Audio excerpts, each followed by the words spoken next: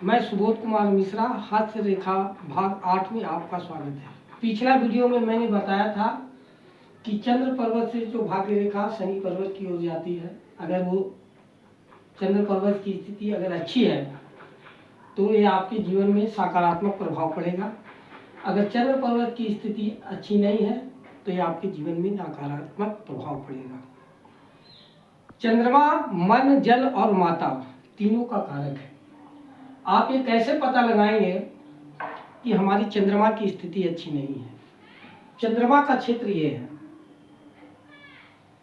अगर यह क्षेत्र आपका दबा हुआ है तो समझिए कि चंद्रमा आपकी अच्छी नहीं है। और इसी क्षेत्र से अगर आपका भाग्य रेखा निकला है जो शनि पर्वत पर गया है तो इसका नेगेटिव प्रभाव पड़ेगा।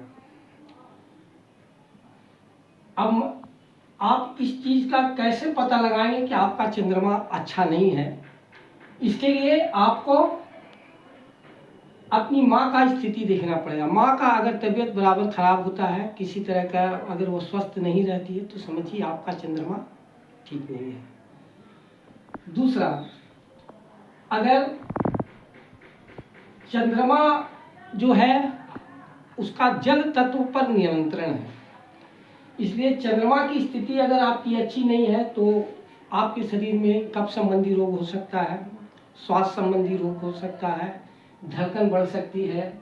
इस तरह का रोग आपके शरीर में उत्पन्न हो सकता है, समझे? अच्छा, कुछ और बातों पर आप ध्यान दीजिए। देखिए, अगर ये भाग्य रेखा जो गई है चंद्र पर्वत से शनि पर्वत की में, अगर मान लीजिए कि मस्तिष्क रेखा से कोई रेखा आके भाग्य रेखा को काट दिया, इसका मतलब यह है कि आप अपने जीवन में कोई भी परेशानियां आप अपने निर्णय से लेंगे। आप कुछ इस प्रकार का उटपटांग निर्णय लेंगे जो आपको परेशानी में डालेगा, समझे? अगर इस तरह की छोटी छोटी रेखाएं मस्तिष्क रेखा से बार बार आकर टच कर रही है भाग्य रेखा को, तो आपके जीवन में जितनी भी समस्या उत्पन्न होगी वो आपका गलत निर्णय से होगा। और मान लीजिए कि कोई रेखा हृदय रेखा से आकर आपका काट दिया भाग्य रेखा का, तो इसका मतलब है कि आपका किसी निजी व्यक्ति, आपका कोई अपनी संबंधी से आपको नुकसान होने वाला है, या व्यक्ति वो आपको धोखा देगा, या आपके जीवन को अगर वो प्रभावित करेगा तो वही व्यक्ति प्रभावित करेगा। तो इसका सबसे सरल उपाय यही है, इसका मैं उपाय बता रहा हूँ। चंद्र पर्वत की स्थिति अगर अच्छी नहीं है तो सबसे पहले आप शंकर का आराधना कीजिए। शंकर यानी शिव के आराधना में आप लग जाइए, आपका चंद्रमा स्वतः ठीक हो जाएगा। अगर इसकी स्थिति गड़बड़ है तो इस तरह का जातक शराबी भी हो सकता है,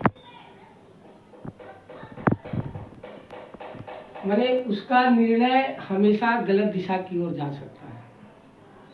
माने वो अपने जीवन को शराब, जुआ, चाहे अन्य तरह की उसके अंदर में खामियां उत्पन्न होगी जिससे उसका जीवन प्रभावित होगा। अक्सर इस तरह का व्यक्ति का भाग्योदय अपने जन्म स्थान से बाहर होता है, जिसकी भाग्य रेखा चंद्र पर्वत से निकली है।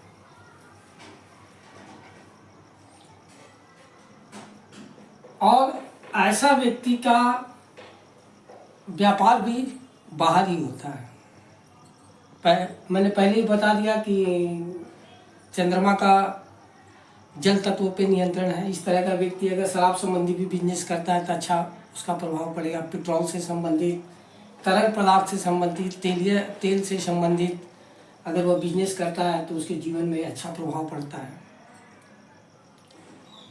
और चंद्रमा का कंट्रोल करने के लिए कि बस 2 ही उपाय हैं।